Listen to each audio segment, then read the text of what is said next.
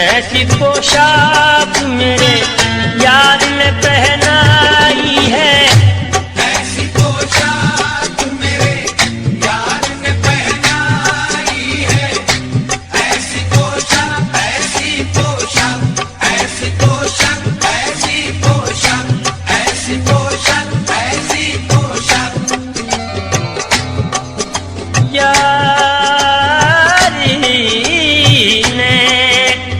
یہ وقار مرشد عشق ہے،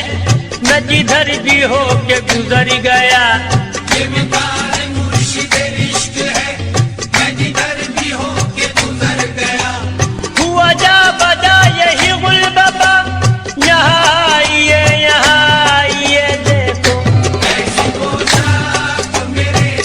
یار نے پہنائی ہے، ایسی پوشاک ایسی پوشاک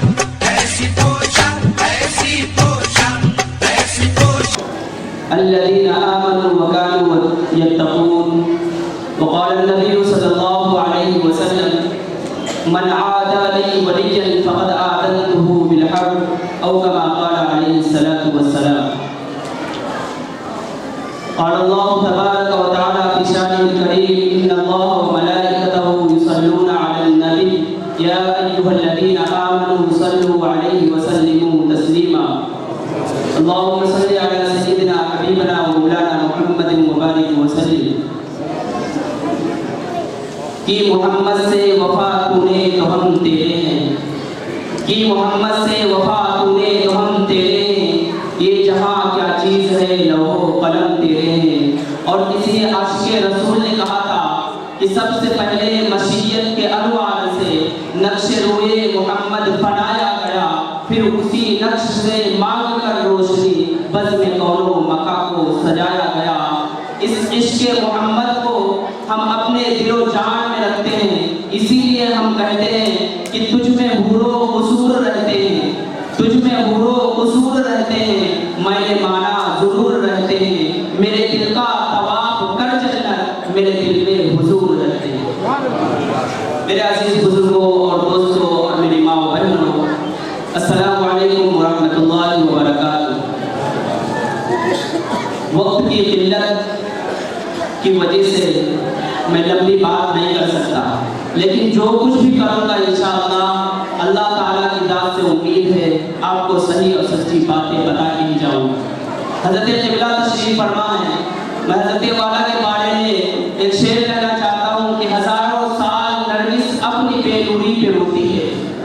ہزاروں سال نرگس اپنی بے نوری پہ روتی ہے، بڑی مشکل سے ہوتا ہے چمن میں دیدور پیدا. اور کسی نے کہا تھا کہ یہ الگ بات ہے کہ خاموش کھڑے رہتے ہیں، یہ الگ بات ہے کہ خاموش کھڑے رہتے ہیں، پھر بھی جو لوگ بڑے ہیں وہ بڑے رہتے ہیں. ایسے لوگوں سے ملتا ہے ہمارا شجرا جن کے جوتوں میں کئی تاج پڑے رہتے ہیں. میرے عزیز بزرگوں اور دوستوں، سب سے پہلے ہم خانواد نبوت اہل بیت کی شان میں ایک شعر کہتے ہیں کہ افضل ہے کل جہاں سے گھرانہ حسین کا، افضل ہے کل جہاں سے گھرانہ حسین کا، افضل ہے کل جہاں سے گھرانہ حسین کا، نبیوں کا تاجدار ہے نانا حسین کا. کچھ ہی پل کی تھی حکومت یزید کی، صدیاں حسین کی ہے اور زمانہ حسین کا ہے. آج کی یہ جو مبارک محفل آپ لوگوں کی محبتوں میں اور خلوص و للہیت کی بنیاد پہ سجائی گئی ہے. میں اپنی بات کو آگے بڑھاتے ہوئے یہ کہنا چاہتا ہوں کہ ہم اپنے آپ کو جن کا فقیر کہتے ہیں، ہم اپنے آپ کو جن کا فقیر کہتے ہیں، زمانے والے ان کو ہی پیرانے پیر کہتے ہیں، زمانے والے ان کو ہی پیرانے پیر کہتے ہیں. جلنے والے جلتے تھے جلتے ہیں اور جلتے رہیں گے، ماننے والے آج بھی تصویر کہتے ہیں. یہ میں شعر اس لیے کہہ رہا ہوں کہ ہم لمبی بات نہیں کر سکتے، پوری تفصیل سے باتیں نہیں بتا سکتے، لہذا آپ میری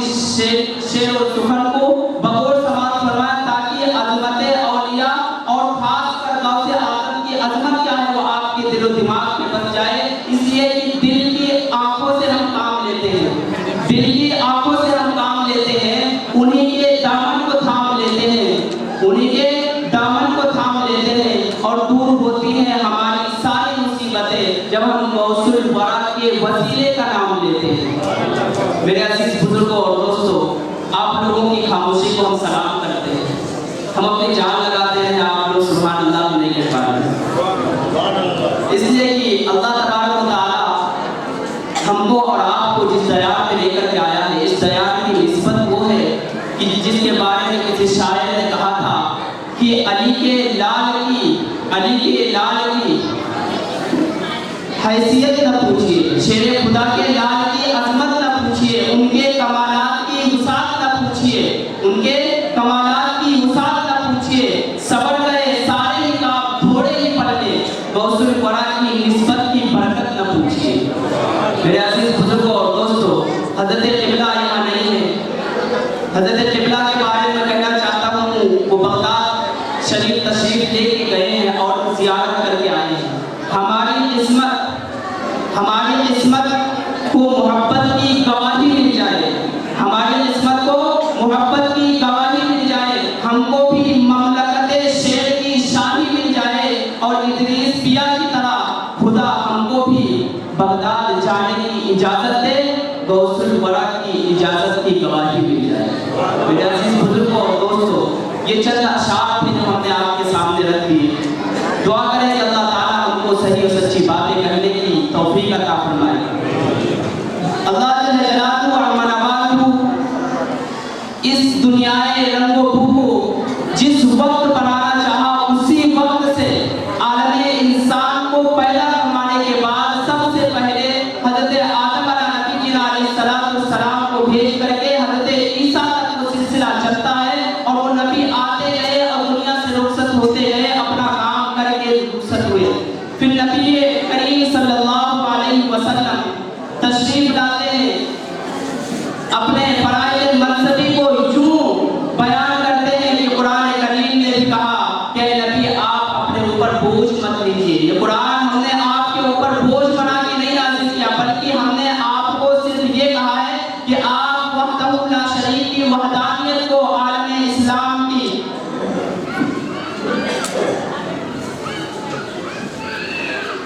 حضرت کی آمد ہوئی۔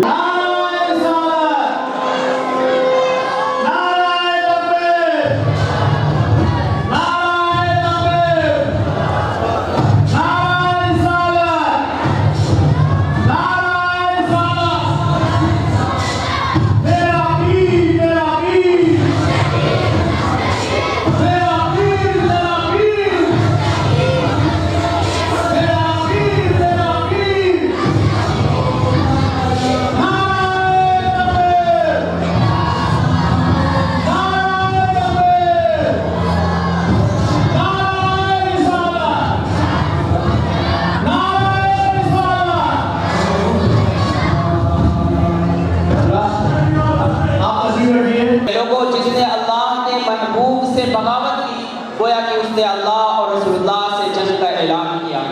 آج ہم جس محفل میں بیٹھے ہیں، اس محفل کی شان و شوکت کو ہم بتا نہیں سکتے، لیکن اتنا ضرور کہیں گے کہ یہی سادات کے گھرانے کے لوگ ہیں کہ اللہ جل جلالہ و عظم نوالہ نے انہی کے صدقے طفیل میں آج تک اس دنیا کو بچا کر کے سنوار کر کے رکھا ہے۔ حضرت سیدنا غوث اعظم رضی اللہ تعالیٰ عنہ اپنے آخری زندگی کے ایام گزار رہے تھے، اس وقت آپ کو کچھ بیماری لاحق ہوتی ہے، اس وقت آپ کو کچھ بیماری لاحق ہوتی ہے اور آپ ایک طبیب کے پاس جاتے ہیں۔ اس نے کہا کہ یہاں سے آپ کا علاج نہیں ہو سکتا۔ آپ کے مریدوں نے کہا پھر بغداد کے جو سب سے بڑے ڈاکٹر ہیں ان سے آپ کو دکھایا جائے گا۔ ایک وقت وہ آتا ہے کہ ایک یہودی ڈاکٹر، اس کے پاس حضرت غوث اعظم کی باتیں بتائی جاتی ہیں۔ وہ کہتا ہے کہ اپنے پیر کے دھوپ کو یعنی دعا کو لے کر کے آئیے، میں دور سے ہی بتا دوں گا بیماری کیا ہے، دور سے ہی بتا دوں گا بیماری کیا ہے۔ آپ کے مرید آپ کا لعاب ذہن لے کر کے جاتے ہیں، آپ کا دھوپ لے کر کے جاتے ہیں، اس یہودی کو دیتے ہیں اور وہ دھوپ دیکھ کر کے وہ شخص کہتا ہے کہ ہم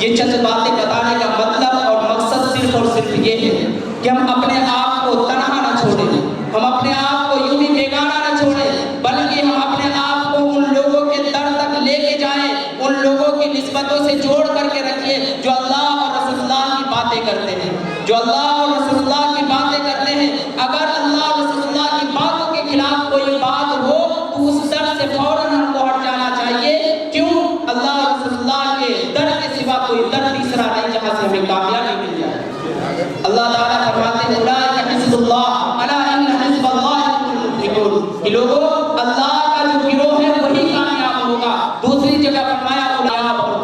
کامران ہوں گے۔ میرے عزیز بزرگوں اور دوستوں اور میری ماں اور بہنوں،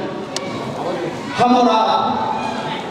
تنہا نہ رہیں بلکہ اپنے آپ کو ان لوگوں کے در سے ضرور چھوڑ کر کے رکھیں جو اللہ اور رسول اللہ کی باتیں کرتے ہیں۔ اللہ تعالیٰ ہم کو اللہ اور رسول اللہ کی سچی اور صحیح راستے پر چلنے کی توفیق عطا فرمائے، اور ہم سب کو اس در سے لگا کر کے رکھیے جس در سے اللہ کے رسول خوش ہوتے ہیں، اس سے کہ ملے گی جنت پیے گا کوثر اسی کو محشر میں چین ہوگا، ملے گی جنت پیے گا کوثر اسی کو محشر میں چین ہوگا، نبی محبت کریں گے اس سے جس کے دل میں حسین ہوگا۔ حضرت حسین کی محبت کو بتا کر کے بتا دیا گیا کہ اہل بیت اور اصحاب رسول یہ در والے ہیں اور اہل بیت یہ گھر والے ہیں۔ ہم در والوں کو بھی نہیں چھوڑ سکتے اور گھر والوں کو بھی نہیں چھوڑ سکتے، ان دونوں کو اگر لے کر کے چلے گے تو ہم اولیاء کرام کی عظمتوں کو، ان کی برکتوں کو، ان کی رحمتوں کو اپنی زندگیوں میں محفوظ کریں گے، ورنہ ہم کسی بھی در کے بھکار نہیں دے سکتے۔ میرے عزیز بزرگوں اور میری ماں و بہنوں، خاص کر کے ہم کو اور آپ کو اس پرفتن دور کے اندر صرف کرامتیں یاد کرنے کی ضرورتیں نہیں، صرف کرامتوں سے کام نہیں چلنے والا، صرف ہم آ کر کے ہفتے میں مہینے میں چند دنوں کے اندر بیٹھ کر کے شان اولیاء حضرت اولیاء غوث اعظم کی شان سن لیں اور سن کر کے اسی کو یہی بند کر کے چلے جائیں، اس سے کام نہیں چلنے والا۔ میں بار یہ چیز کہتا ہوں کہ ہفتہ واری جمعہ کے دن جو نماز پڑھتے ہیں ہفتہ واری مسلمان بننے سے کام نہیں چلے گا، ہفتہ واری مسلمان بننے سے کام نہیں چلے گا، رمضانی مسلمان بننے سے کام نہیں چلے گا، بلکہ پرماننٹ مسلمان بننا ہوگا، ہمیشہ مسلمان بننا ہوگا۔ قرآن کے اندر ہے یا ایھا الذین آمنوا اذا قمتم الی الصلاۃ فاغسلوا وجوہکم وایدیکم الی المرافق وامسحوا برؤوسکم وارجلکم الی الکعبین، کہ لوگوں جب نماز کا ارادہ کرو تو وضو کر لیا کرو، لیکن ترتیب اس کی بتائی، پہلے منہ دھلو، پھر اپنے ہاتھ دھلو، پھر مسح کرو، پھر پیر دھلو۔ یہ چار ٹیکنیک بتا کر کے اللہ تعالیٰ نے بتا دیا کہ اگر چاروں میں سے کوئی ایک بھی چھوڑ دو گے تمہارا وضو نہیں ہوگا، یعنی نصاب نہیں پورا ہوگا، اور جب نصاب نہیں پورا ہوگا تو آپ کی نماز نہیں ہوگی، اور جب نماز نہیں ہوگی تو آپ مہینے نہیں رہیں گے۔ اسی طریقے سے ایمان کی بھی کیٹیگری ہے۔ اللہ تعالیٰ فرماتے ہیں الذین آمنوا وکانوا یتقون، ایمان تو تمہارے پاس ہے لیکن ڈرنا بھی ضروری پڑے گا۔ ایمان تمہارے پاس ہے، تمہارے دلوں کے ذرات میں ایمان بھرا پڑا ہے، لیکن اللہ سے ڈرو گے نہیں تو کہیں کے نہیں رہو گے۔ حضرت ابو ذر غفاری رضی اللہ تعالیٰ عنہ فرماتے ہیں کہ اللہ کے رسول صلی اللہ علیہ وسلم نے ہم کو 3 چیزوں کی وصیت کی، ہم کو 3 چیزوں کی وصیت کی، اور یہی چیزیں ہم نے تجلیات غوث اعظم کے اندر پڑھی ہیں۔ اللہ کے رسول صلی اللہ علیہ وسلم نے جو بتایا تھا وہی غوث اعظم نے بتایا کہ لوگوں 3 باتوں کی وصیت تمہیں کر کے جا رہا ہوں، اگر تم تینوں باتوں پہ عمل کرتے رہو گے دنیا تمہاری قدم چومے گی۔ اللہ کے حبیب صلی اللہ علیہ وسلم نے فرمایا تھا کہ سب سے پہلے اللہ سے ڈرتے رہنا، اللہ سے ڈرتے رہنا، کہیں بھی رہو، کسی جگہ بھی رہو، کچھ بھی کرو، لیکن اللہ کو حاضر و ناظر رکھ کر کے اللہ سے ڈرتے رہنا۔ مجلس میں بیٹھے ہیں تو جبرائیل کے بھائی بن گئے، مجلس سے نکلتے ہی ہم ایسے درندے بن کر کے بازاروں میں پھرتے ہیں کہ اپنی ماں بہنیں بھی ہم سے قدر چھپانا چاہتے ہیں۔ میرے عزیز بزرگوں اور دوستوں، اللہ کے حبیب صلی اللہ علیہ وسلم نے جو وصیت کی تھی کہ لوگوں اللہ سے ڈرتے رہنا، دوسری بات فرمائی تھی کہ اگر گناہ ہو جائے تو فوراً نیکی کر لینا، گناہ کے ساتھ نیکی کر لینا، تاکہ ایسی پوشاک میرے یار نے پہنائی ہے، ایسی پوشاک میرے یار نے پہنائی ہے، ایسی پوشاک، ایسی پوشاک، ایسی